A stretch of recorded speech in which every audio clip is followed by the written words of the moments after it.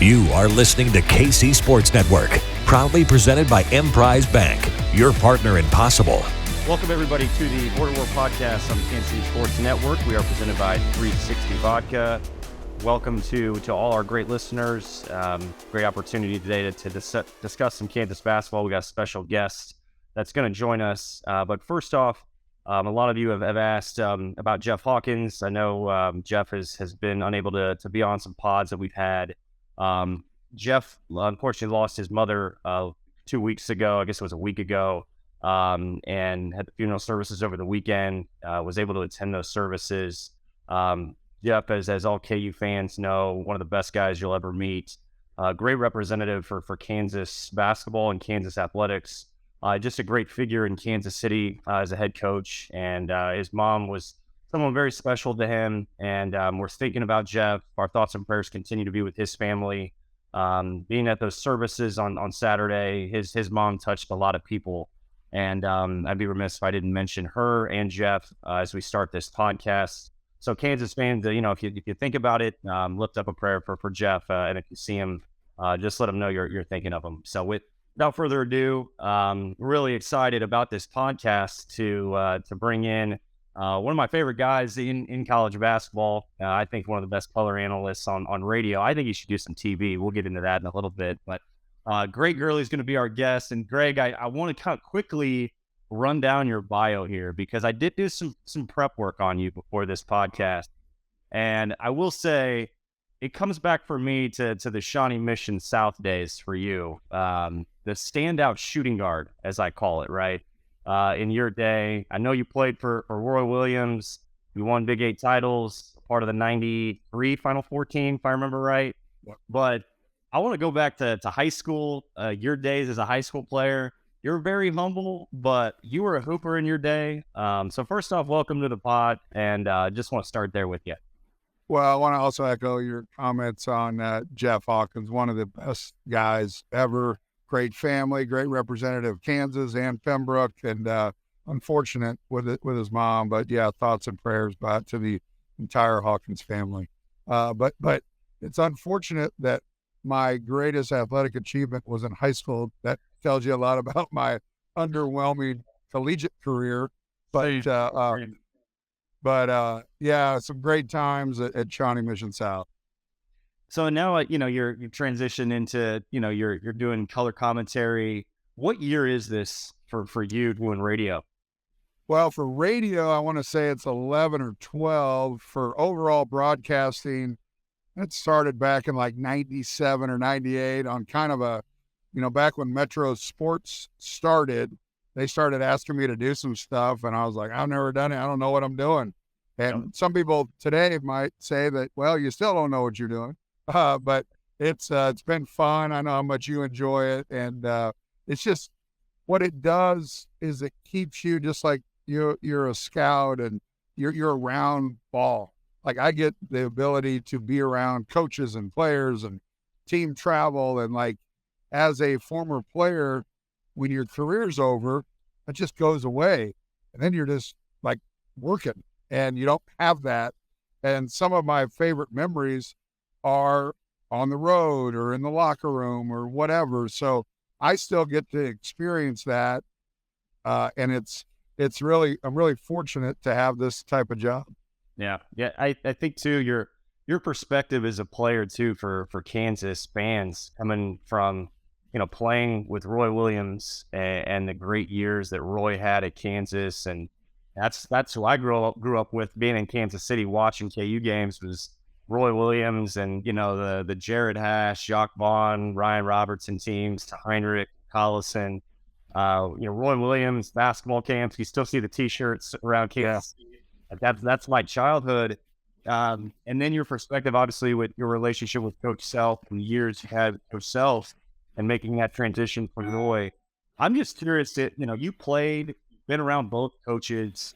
Are there similarities between the two? Because these are two legendary coaches and they both coached at Kansas. But are there similarities? Are there differences? And what would you kind of say about both of those guys? We'll start with the similarities. They're both two of the best coaches of all time. Roy Williams with 3 national titles, Bill Self with 2, and hopefully several more.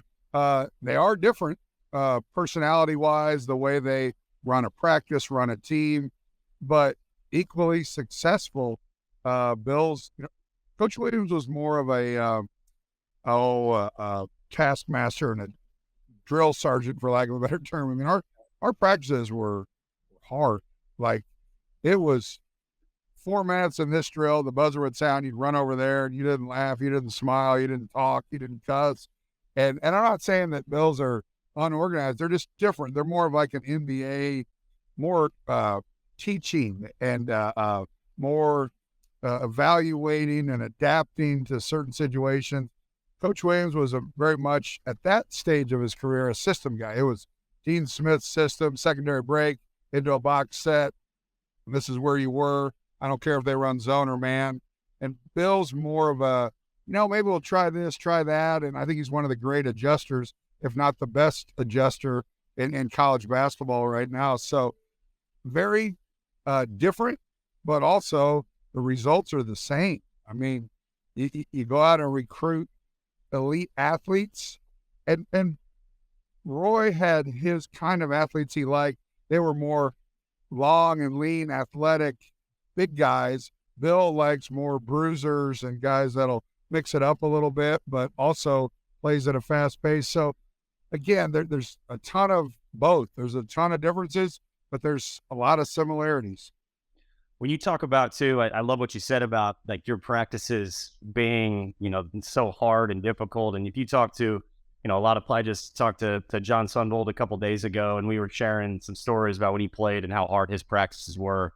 When you see just the changing of the game, right, in terms of NIL, in terms of the transfer portal, you've seen coaches now retire. I know, speaking of Roy Williams, I think retiring at a time when he was ready to retire, to maybe not deal with some of the hassles that are out there now in terms of the job. And Coach Self, I think, has done an incredible job of evolving, which I think coaches have to do. How do you view this? Just given your experience as a player too, and I played for Mike Anderson, who was very old school. Our practices were harder than our games. We dreaded practice. Like that's the big difference, right? In just where we are with the game today. I think a couple points of what you said. We're old, so we think our practices were harder, just like our parents walked uphill to school in the snow with no shoes on, uphill both ways, all that. So I think there's a little bit of exaggeration on my part, on your part, about how hard they really were back in the day. But there is some truth to it. They definitely were harder. And then, basketball has evolved, and the way we play it, and the way we govern it, and the way that everything. I mean, nowadays, you and I would love to play nowadays because a 3-on-1 break, getting a 3 in the corner is a good play according to the level of basketball that we play now. Like the other night, a couple times against Texas, Grady Dick Joe came down on a 3-on-2 break and shot a 24-foot 3. And it wasn't necessarily a bad shot because we're so ingrained. 25 years ago, you'd get yanked out, especially a guy like me or you that didn't play much. We're going to be like, if we took that shot, we may not play again that game. But now that's a good shot. So then as you look at the evolution of basketball overall, when you're talking NIL, when you're talking transfer portal, when you're talking load management, whether that's in college or more so in pro, it's just completely different. Bills had to evolve and embrace NIL. Whether you like it or not, it doesn't matter your opinion of it because it's real. Yep. And the first, second, and third question out of a recruit mouth or his parents' mouth is, hey, what's your NIL program like? And he's got to have an answer. And Dennis Gates everybody has to have an answer. And some answers are truthful, some are exaggerated, some are all over the map. But, and perception is what's going to get recruits. Reality, once you get them here, reality might hit them in the face. Just look at that quarterback that was going to Florida. The $13 million to me seemed ridiculous.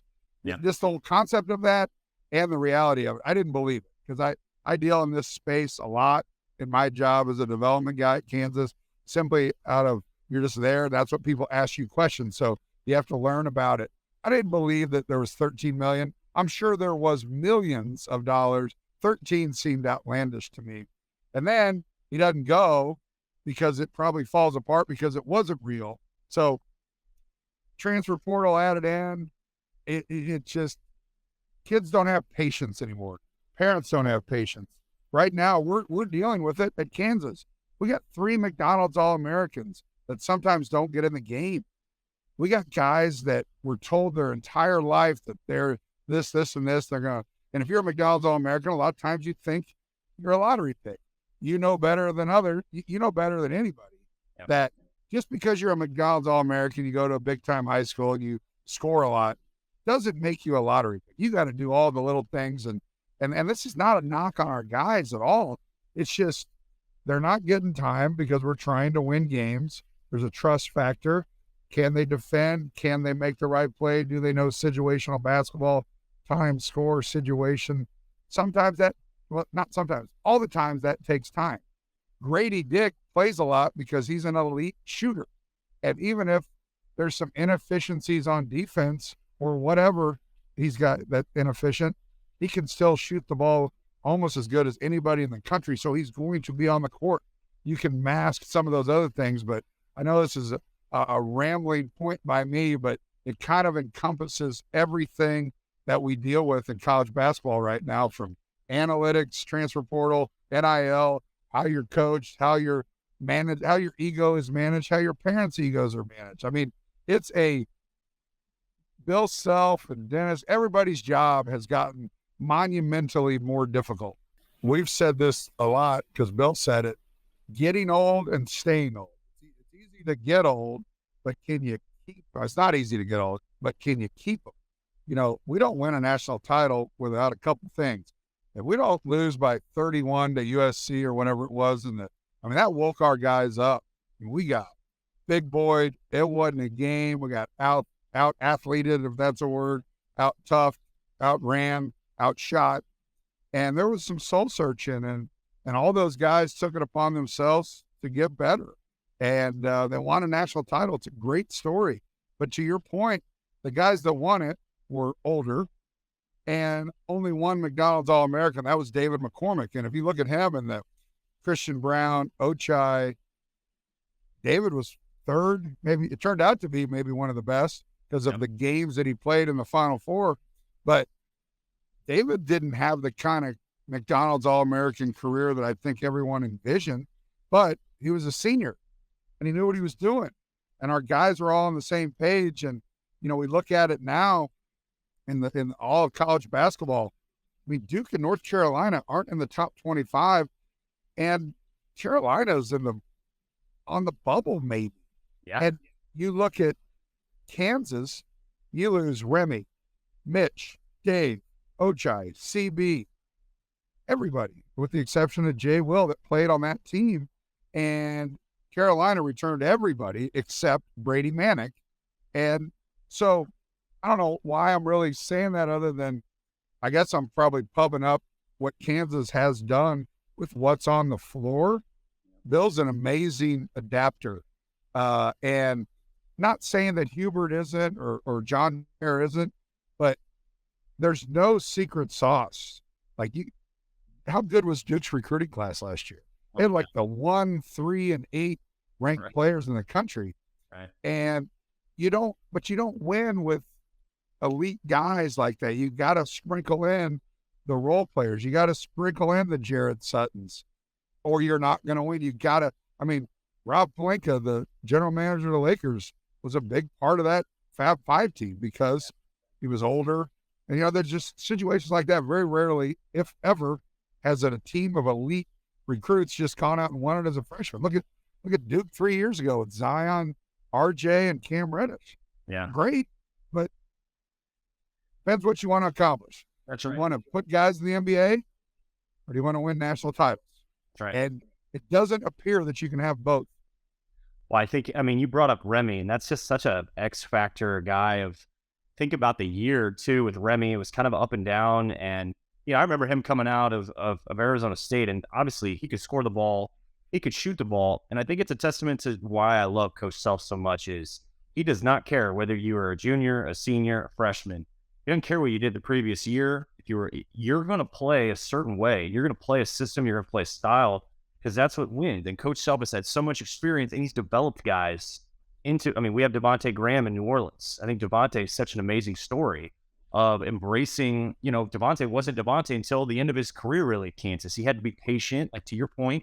And then he ended up, backed up Frank, and he ended up being a great point guard and transitioned into a point guard. And that's why he was such a commodity at the NBA level. And I think there was finally buy-in from Remy, at least from an outsider perspective, to where he's making a huge impact in the NCAA tournament when his moment's called. Jalen Wilson, going through unbelievable adversity, not getting a lot of time at the beginning of the year.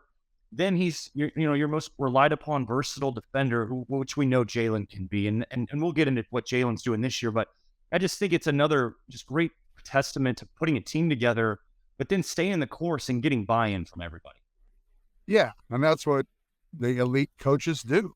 They keep the guys that they recognize that can be huge parts of the success, and sometimes you're going to lose some guys. I hope we don't. I was shocked that we didn't lose anybody last year from some of our bench guys, but they all came back. But the elite coaches get that buy-in. I mean, you brought up Devontae Graham and Frank. They're both the same story.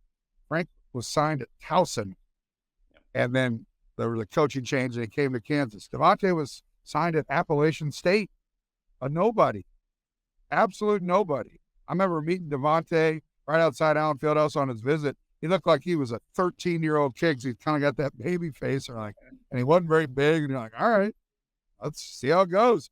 Turns out to be one of the all-time greats at Kansas, and has parlayed that into a great contract with New Orleans and others. And so those are the kind of success stories that our coaches can go out on the road with and say, all right, you can have your not saying that we haven't had our share of one and done. I'm not bemoaning it, because they're still going to recruit the elite guys. You can't just not do it. You have to, the Josh Jacksons of the world were great for us. They were only here for a year, but he was great for us.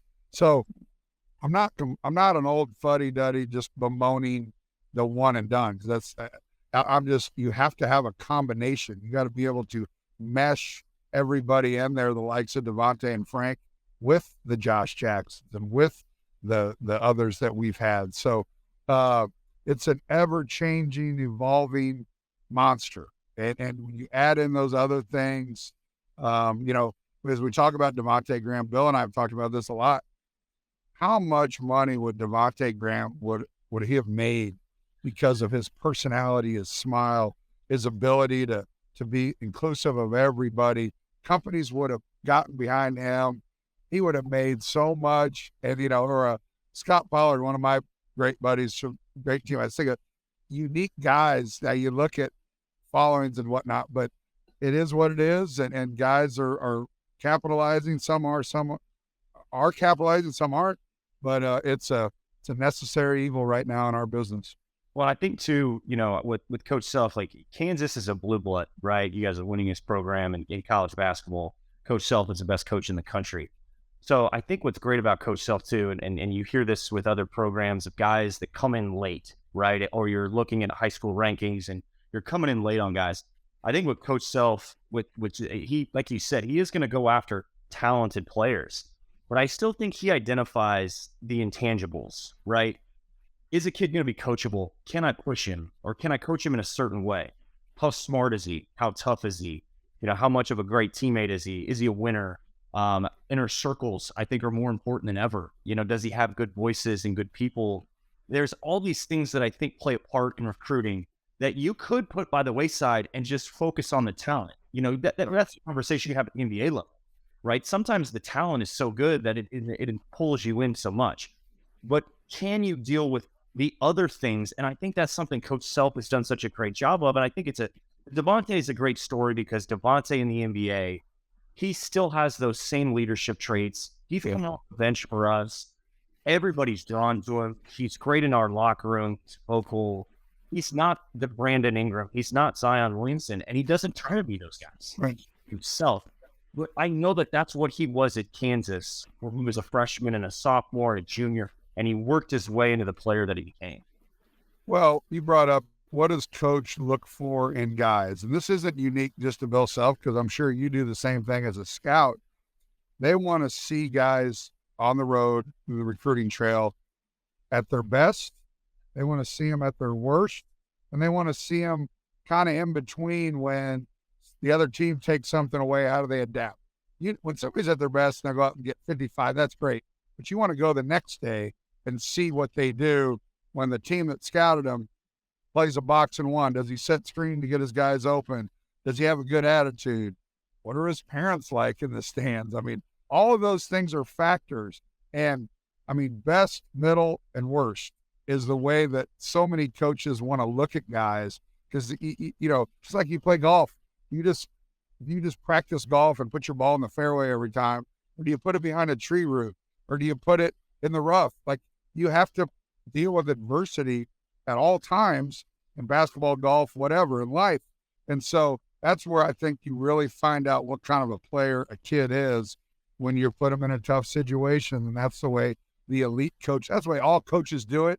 Yep. It's not like this is some secret sauce.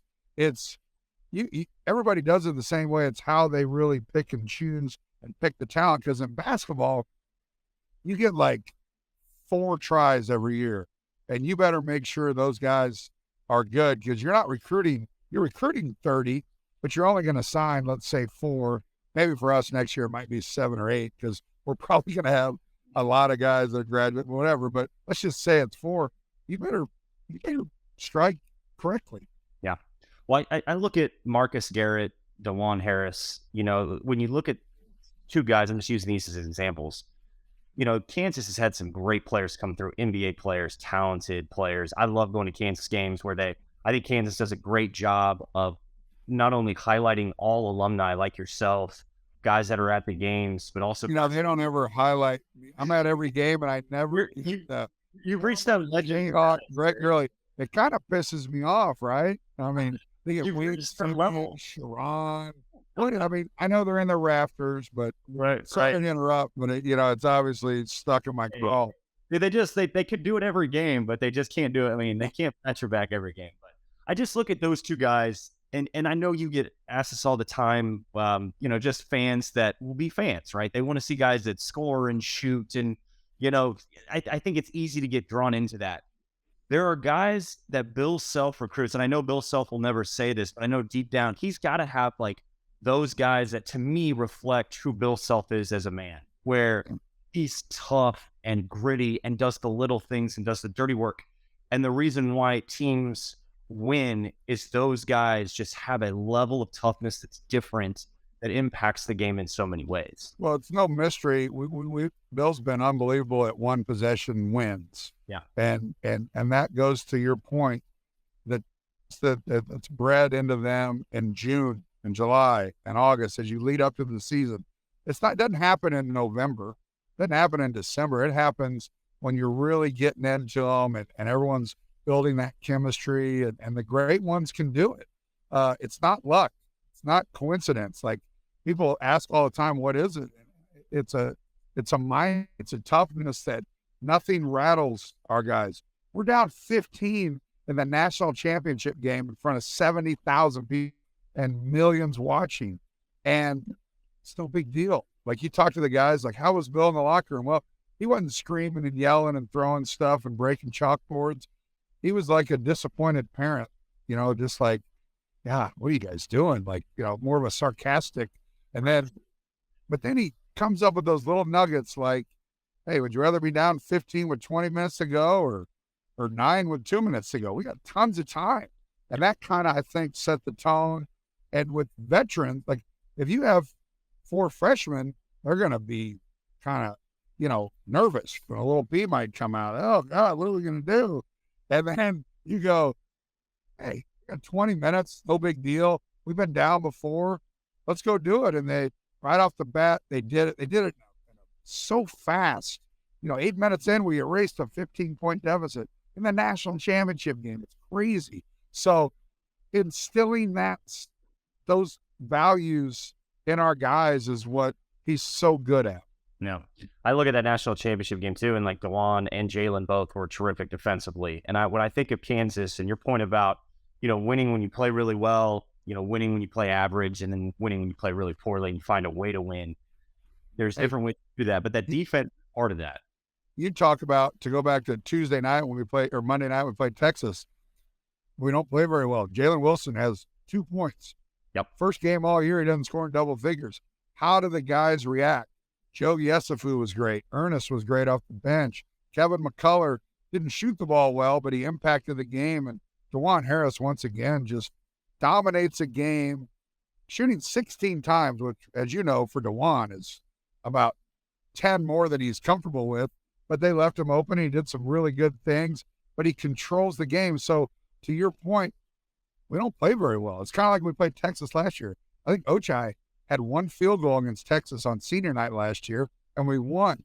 And that is what kind of builds championship teams, because when your stud, when your alpha dog is off, how are you going to play? It's like a pitcher that doesn't have his best stuff, but he figures out a way to go 7 innings and get a win. That's what we did on Monday night. Yeah. Yeah, I think when you look at, it's a great point, first off, of just win. I think it's the most impressive win of the year, personally, because Jalen Wilson, so much has been put on his shoulders. And look, he's lived up to it. He's played at an All-American level. I'm so happy for Jalen because I know the type of kid he is, and I know the way he works, and he was great at the NBA Combine last year, and I knew he was itching. I thought he made the right decision when so many guys, really want to rush the process. He made the right decision, and I think the reason why he made the right decision is because of Ochai Agbaji and the decision he made. It was a very similar situation, and Jalen just kind of filled in, and he looks exactly like Ochai did last year in terms of he's got that aggressiveness you've always wanted to see from him, and he's showing so much of his ability and his strength and his ability to rebound the ball and his ability to make shots. But I think when you look at this team, Greg, I'm curious to get your take just in watching Bill Self teams and how he's built teams, and to play KJ Adams at the 5. Right? To play Grady Dick as a freshman, who I think gets better and better and better every time I see him. Right. And he doesn't play like a freshman. It feels like a different Kansas team that still has those championship pieces in the leaders like Jalen and DeJuan.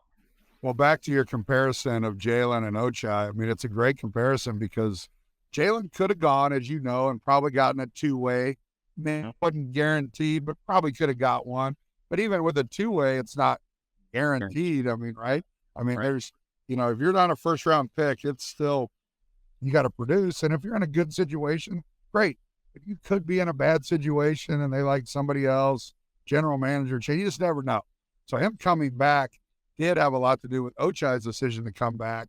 And I've said this many times in many interviews. I mean, it's got to be difficult if you're Ochai to hear the negatives, like, hey, you're going to be maybe the 45th pick because you got to do this, this, this, and this. You don't like hearing that. Nobody does. And one of the greatest stories of all time, Big 12 Player of the Year, Big 12 Tournament Player of the Year, Final Four, MOP, National Champion. First round draft pick. I don't know a better story that could happen to a nicer kid. You've known Ochai most of his life. He's the best. And the story's awesome. So Jay Will kind of looked at that. The other thing for Jay Will that's hard to do, and you and I probably experienced this in high school, when you're a sophomore, you're a good player, but then the seniors graduate and you become the alpha dog. You become the guy. And it's not easy because defenses are geared to stop you. You've got to produce every night. So Jalen comes in. He was a complimentary guy last year. And people also forget he was our leading scorer along with David in the national championship game.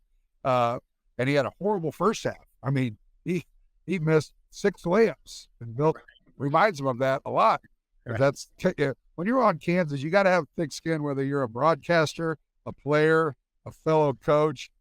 Bill will get you. And so we've been in events. He's like, God, you're terrible. Layups. Oh, we're down 15 because of Jalen, but anyway, he's taken that next step. Earlier in this interview, you talked about his adversity, and a lot of that was brought on by himself, got himself into trouble, but the way he's handled it, spoke about it, did his time, took his punishment, the way he's rebounded from that, not to use a basketball term, has been really impressive as a man. And so he's taken that leadership role. He's taken the leadership role on this team, on when he's just been so good. And whenever we need a bucket, we're in Rupp Arena a couple of weeks ago. We were up by 9, then we're up by 1. We got the ball. He posts up Oscar Tshiebwe because he knew we needed a bucket, and it's a little baby hook. That's what leaders do, and that's what he's evolved into, and that's why we have a chance to I'm not saying it's going to happen, but we've got a lot of work to do. We've got a chance, just like I think everybody's got a chance. I think 15 teams have a chance to win a national championship this year. Probably is the best team. They can be beat. Anybody can be beat. There's no dominant team. Grady Dick's an elite second scorer. So we've got the pieces. We just need those other guys when Jalen and Grady are off a little bit. Can Joe Yesufu? Can Kevin shoot the ball more consistently? We have a lot of question marks, but everybody's got question marks. Yeah, I think too, when you think about winning teams, and you know this, there's teams all around American college basketball that deal with ego, that deal with guys that think they should have more shots or more minutes, or freshmen that are disgruntled. I'm going to put my name in the transfer, all that stuff. I think what is a testament to that Texas win is watching Jalen Wilson, who had 1 bucket, the emotion and the excitement he had winning that game and chest bumping guys. Like, that rubs off on everybody, and that's culture, right? And that's why you're good at what you do. I said the same thing on the broadcast. He was on the bench for like 5 minutes because he had fouls, and that group that was on the court went on a little run. They were defensively, they were dialed in, offensively. And Jalen Wilson was the first one off the bench. And it wasn't like he was on the bench because Bill took him out. He's on the bench because of foul trouble. So you should be positive. But you could also be that guy and just kind of, all right, we've seen it all over the country. Yep. Jalen's the opposite of disgruntled. He's got the world on a string, but he was the first guy off the bench, came out and chest bumped Joe after that dunk. And that's the type of things you like to see. It's not uncommon across the country. I'm not just saying it's because of Bill Self or Kansas. This happens everywhere, but it's pretty cool when it's your guy. Absolutely.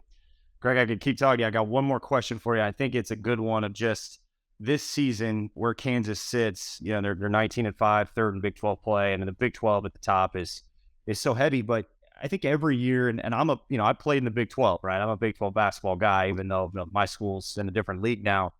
But when you look at the league right now as a whole, and I don't want to fast forward to March Madness and Selection Sunday, but how do you view the league right now? Knowing it's been great in so many years, and it was talked about heavily going into league play, and it's living up to, I think, the hype and what we thought it'd be. What's kind of your overall takeaway from the league as a whole? Well, number one, go back 4 years. The last 4 years, the national collegiate basketball landscape has been dominated by the Big 12. Right. Texas Tech is a jump shot away from winning a national title against Virginia. We're the best team in the country during COVID. Baylor's right there with us. Not saying we would have for sure won it, but at that time we were playing the best. It was Kansas and Baylor. Next year, 21, it was Baylor that won a national title. We won it last year. The 12 is the best basketball conference in the country over the last 3 or 4 years. This year, with all of the departures, I had no idea. I mean, I didn't know much. Nowadays, with COVID years and transfer portal, at the end of the year, you look at rosters, you're like, I don't know what it's going to be like next year. Even the seniors could come back, which has never been the case. So you're like, I don't know that. I don't know who they're going to get for transfer. So it's hard to really gauge at the end of the year. So I didn't have a great idea of what the Big 12 would be this year. But a month into it, you're like, all right, we got something. There's not a gimme in this league. We go to Lubbock, they've only won 1 game in the Big 12. It's a 1-possession game. We're up 1. They have the ball with like 45 seconds to go. West Virginia, we end up winning by double digits, but that was a tight game. And at the time, West Virginia wasn't playing with a full deck. Now they're beating people left and right. So used to look at the conference schedule and be like, all right, we're going to sweep TCU, we're going to sweep K-State, and we're going to sweep Iowa State. There's 6 right there. Get your home court, all your wins at Allen Fieldhouse, and that's how you get to 14-4. I think 12-6 is probably going to win this league this year. For sure, 13-5. Yeah. We go to Oklahoma on Saturday. Oklahoma 2 weeks ago beat Alabama by 30. You've seen Alabama a lot. They got pros. And they weren't sitting guys. And they got maybe not the best player in the draft next year, but a top 5, right? No question. But Oklahoma is good, but I didn't see that one coming. Oklahoma State's playing as good as anybody in the conference right now. I mean, they're on a roll. They're playing with a lot of momentum, a lot of rhythm. So those 6 weeks ago, I thought might be the 9 and 10 teams, but we got our work cut out for us on Saturday and Tuesday in the Oklahoma region. That's right. Two games in Oklahoma. You got Oklahoma in Norman on Saturday and then Oklahoma State on Tuesday. Greg, I appreciate the time as always. You're great at what you do. I love getting your thoughts and your insight on Kansas and all of college basketball. And you do have, I just got to say, you have the best background of any Zoom I've ever been on, by the way. I'm going to go swim some laps, get my sit-ups in. What else should I do today? Sure. You do that daily, right? That's a regular occurrence for you, right? Oh, much better shape than I. But, hey, I appreciate the time. I always enjoy talking with you at games. And we always joke about, being Kansas City guys, that you are one of the great Missouri Tigers. I got several buddies like you that are realistic. Like, we all have our buddies that are just like, I hate KU. Or you get it. You understand ball. And the fan bases are the ones that always are arguing or whatever. It's the people that are around it every day. We get it. Right. Great players of Missouri, great players of Kansas, case, whatever. We all respect ball, and it's always fun talking to you. And thanks for having me on. Absolutely. We definitely got to connect more. I feel like I see you at games, and I know you're all over the place traveling. So, you got to grab a beer soon. All right, man. Thanks so much, man. Thanks for watching this production of KC Sports Network, the fastest growing sports media network in Kansas City. Check out these videos that feature our team of more than 15 former players, insiders, and analysts, bringing you the best Chiefs coverage you can find. Entertain, educate, inform. KC Sports Network.